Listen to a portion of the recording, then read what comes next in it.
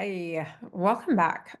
So today's entire episode is going to be dedicated to helping you try to navigate a whole lot of contradictory information that's out there. So if you're listening to this episode when it's being published or aired, so to speak. It is August of 2024.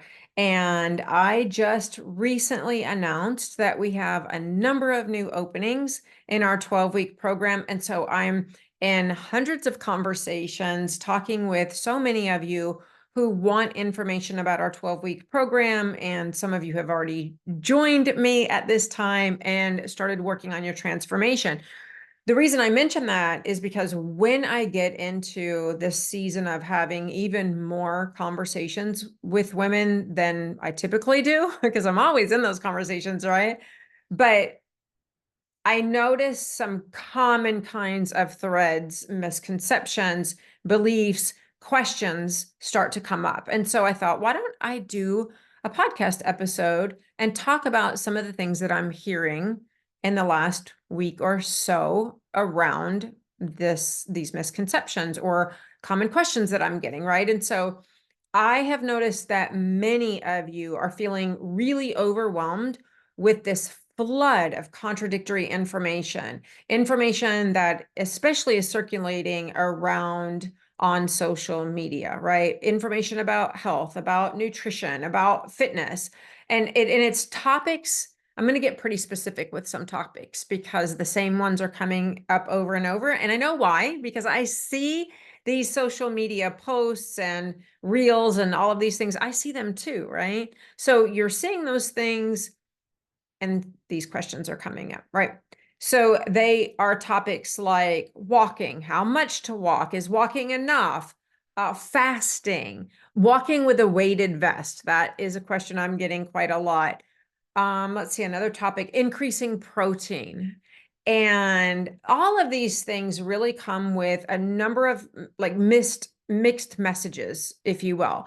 And it's leaving you feeling really uncertain about what to believe, if it's true, if it's half true, how does it apply to you, if it is accurate, if there is some evidence to back it.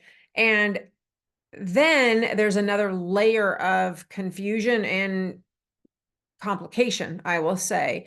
And that is, as I'm talking to you, you all have your own unique challenges. And I think that's a big part of what's missing in these messages that are out there on social media and on the internet too, right?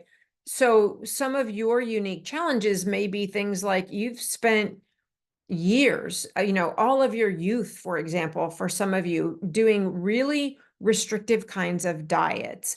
You may have had other periods of unhealthy eating for a variety of reasons. It may not be dieting, maybe it was binge eating or overeating or eating certain kinds of foods that caused a problem because maybe it was a certain kind of program that you were on. There were times when, for example, we believed because of sort of fads that came along, we believed that you couldn't eat any fat at all. And so for some of us, we spent years, maybe even, I know I'll raise my hand to that, cutting out every bit of fat, like counting fat grams to the nth degree and in detail and cutting out all fat in our diet. And so that's just one example, but those kinds of perspectives or eating approaches in our past can really have had an impact on our hormones and our metabolism. And so you've got these periods of certain ways of eating that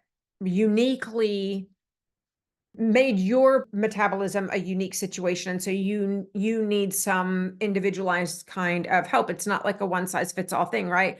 So, oh, and then all of us, if you're listening to this podcast, I'm betting that you're probably over 40 or getting close to it. And you're dealing with some of the effects of perimenopause, menopause, and postmenopause, right? So all of those kinds of situations create these unique idiosyncratic kinds of situations for us. And so today, what I want to do is help to clarify some of the topics that I'm going to address based on science, right? And that way, maybe it'll help you make some informed decisions about your health, about approaches that you may or may not want to implement in terms of weight loss, and certainly your overall well-being. Help you with some decisions around that. So let's kind of take a look at what you can trust and what you need to approach with extreme caution, if not just like throw it away, throw it in the trash barrel. So let's talk about nutrition and things I'm hearing around nutrition first. So a lot of times you ask me about protein. You hear on social media that you need to up your protein, right? So increasing protein can definitely help you with muscle maintenance, muscle growth, for example. And attention to your protein intake is extremely important, especially I will say for us, for women over 40. You really want to aim to intake protein in a balanced way, but from a variety of sources. And I'm not going to get into like all the details of that, but there's absolutely studies to suggest that making sure that you get protein intake at your meal time and with snacks is extremely beneficial. But how much protein should you be getting on a daily basis? That is not a one size fits all bit of advice that you can take from a so-called influencer on social media. And I know it is very popular right now to say, oh, you need to get X number of proteins at or X numbers of protein grams at every meal.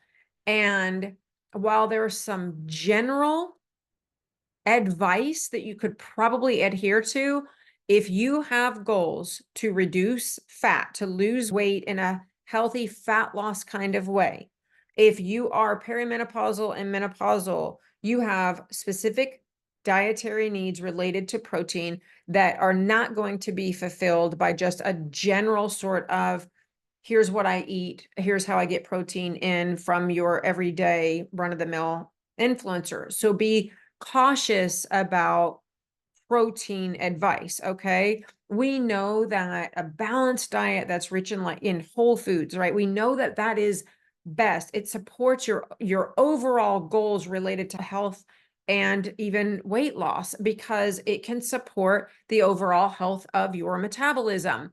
We know that in general you need to do things like avoid processed foods.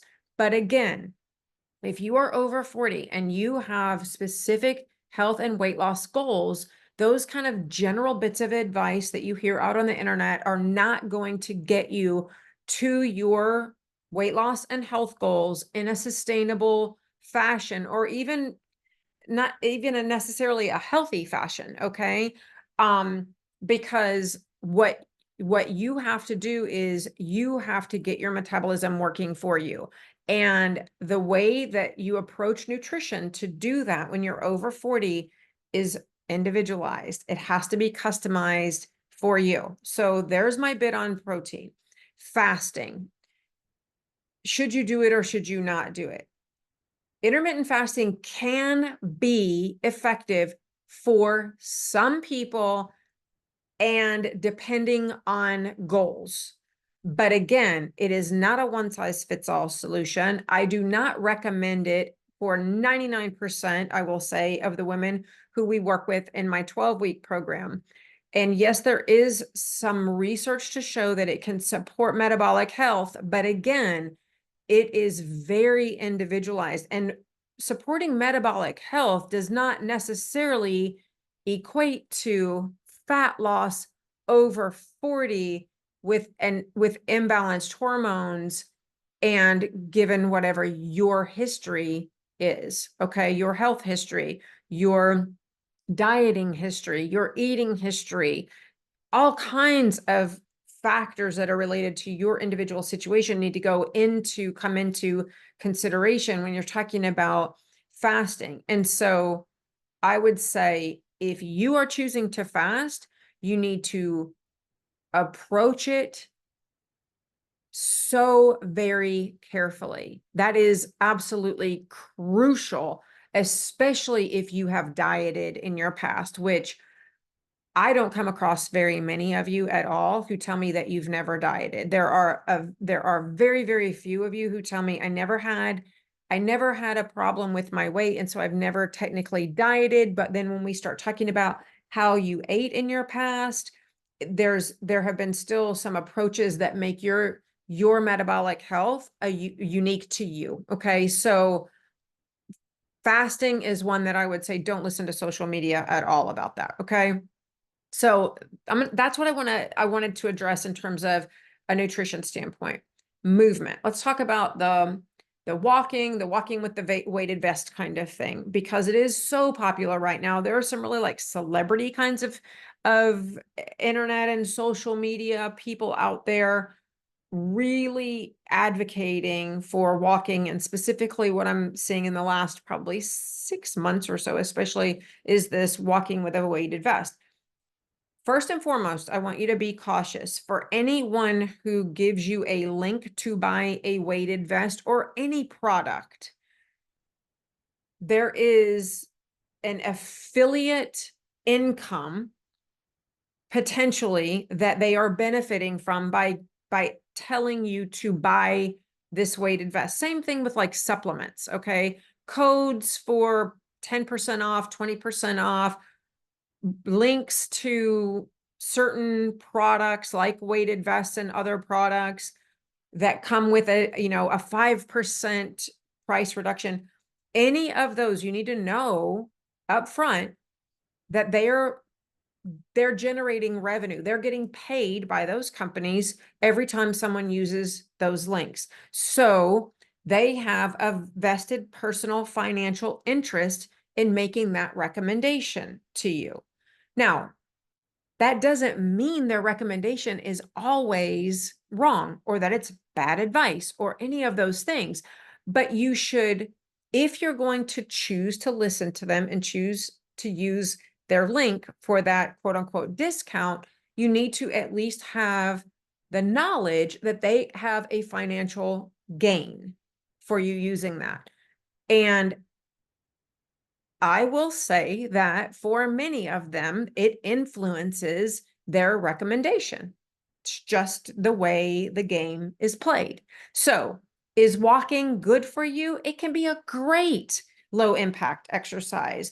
It can improve your cardiovascular health. It can aid in weight management. Is it going to be the end all be all for you losing weight? Absolutely not. But it can be a tool in helping you to manage your weight. Weight loss, specifically fat loss, it's going to take more of a strategic approach than you just going out and taking walks, but it can aid in managing your weight. It certainly can reduce stress. Aiming for getting in regular, sort of moderate intensity or even leisurely walks each week, multiple times a week, can help in a lot of ways. It can help you to balance your blood sugar. When I do free challenges and we are specifically focused on bloat, for example, part of what I have people do is walk in a strategic way related to how they eat. And it's a great tool for that. Again, is it going to be the movement strategy, exercise, workout strategy for you if you have fat loss goals? Not necessarily. It's going to be part of an overall individualized and customized exercise plan. Let's talk a little bit about walking with a weighted vest. That increases the intensity of that walking session. Okay. However, there are some specifics to that strategy that you need to be aware of. How do you start? What amount of weight do you have in that vest?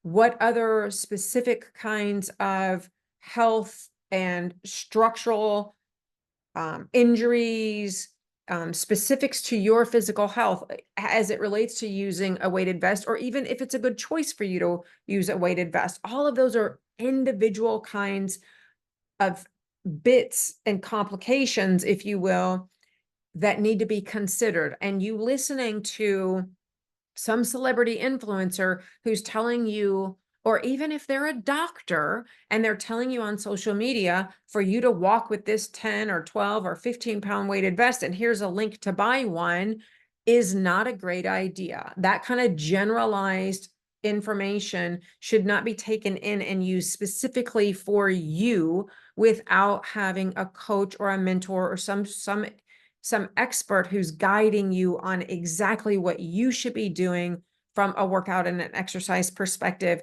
so that your goals, your fitness level, your past health history, and what you're doing in combination with that in terms of nutrition is taken into consideration, because you don't want to cause injury. You don't want to create a situation where you have a strain, a back strain, or what have you. A number of things. You can injure your shoulder. There are a number of things that need to be taken into consideration so that that's a healthy approach to you. So make sure that you're consulting with someone who has your history, your best interest, and your goals in mind. And the best way for you to do that is to hire a trusted expert who's working with you in a one-on-one capacity, customizing all of these things for you, exercise and nutrition in a healthy way, right?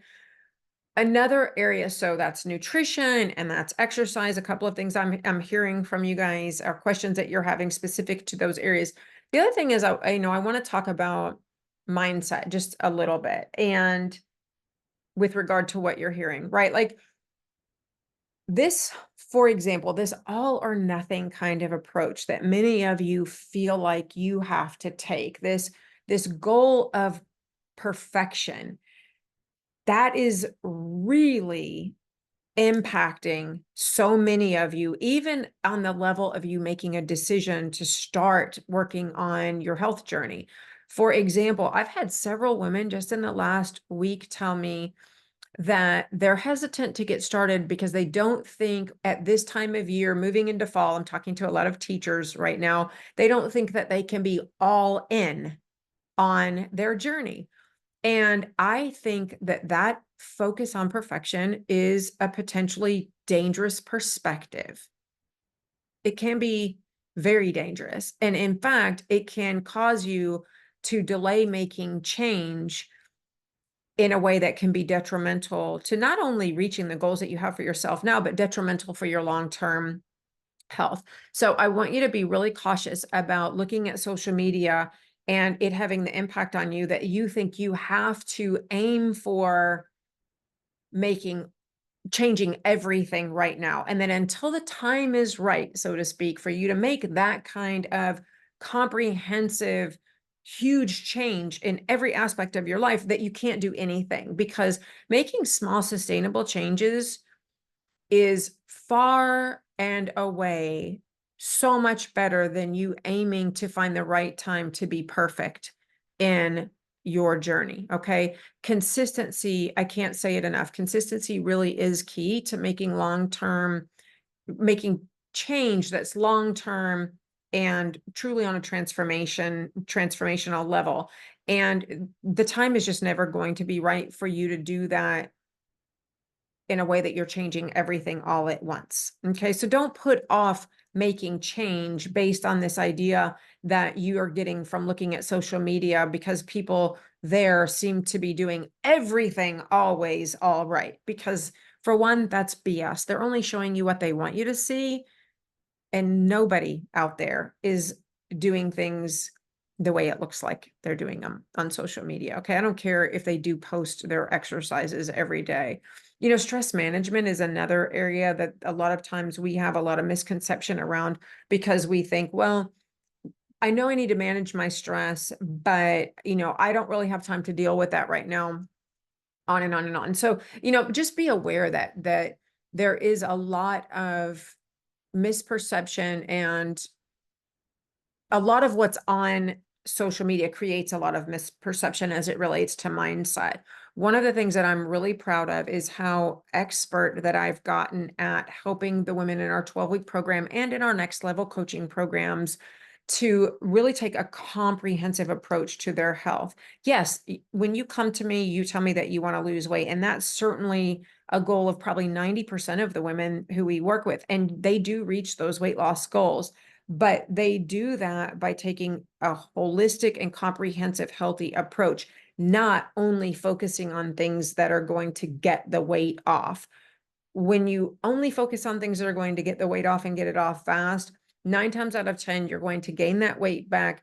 And 10 times out of 10, you haven't actually solved the root issues that created the weight problem in the first place. So really take caution about listening to social media influencers. I mean, it is flooded with health advice. I know, Instagram, Facebook, all of those platforms, but not most of that, I will say. Not all of it. And I will even go to saying most of it is not backed by science.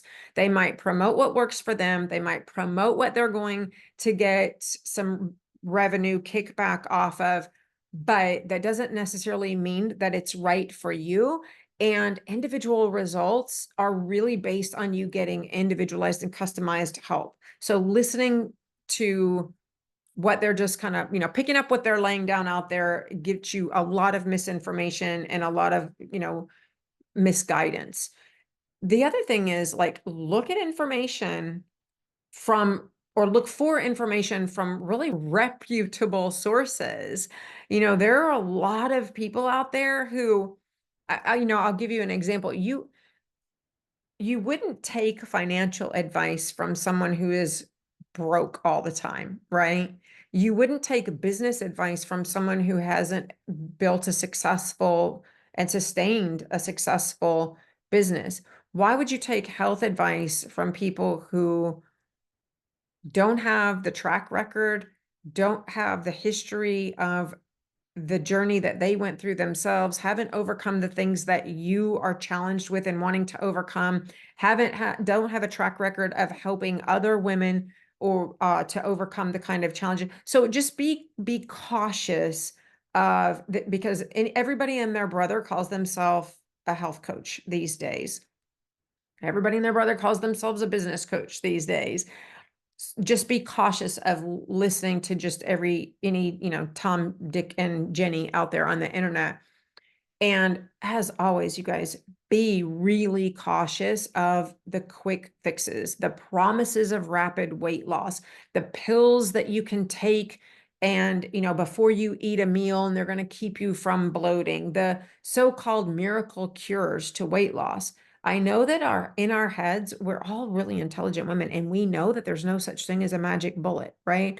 But so often you still fall prey to those promises. We get to a place where we just feel so defeated. We are so desperate that we buy a lot of those products that we see on TikTok and Instagram, and that our, favorite social media influencer is promoting now because maybe she bought a pair of Nikes and she started walking and now all of a sudden she's got a code for some minnow pills or debloating pills. Listen, go back to knowing what you know in your head. Quick fixes do not work. No pill, no powder, no shake is going to solve your problem. It's not. So just be super cautious of those things.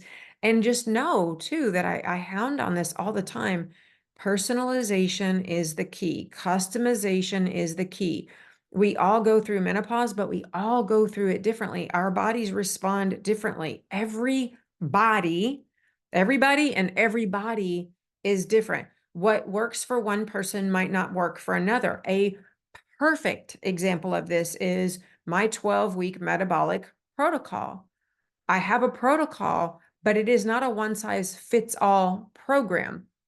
We then take that protocol and customize it for every one of the women who we work with, because it's really important that the strategy that you're using is tailored to your goals, to your past experiences, to your fitness level, to your health.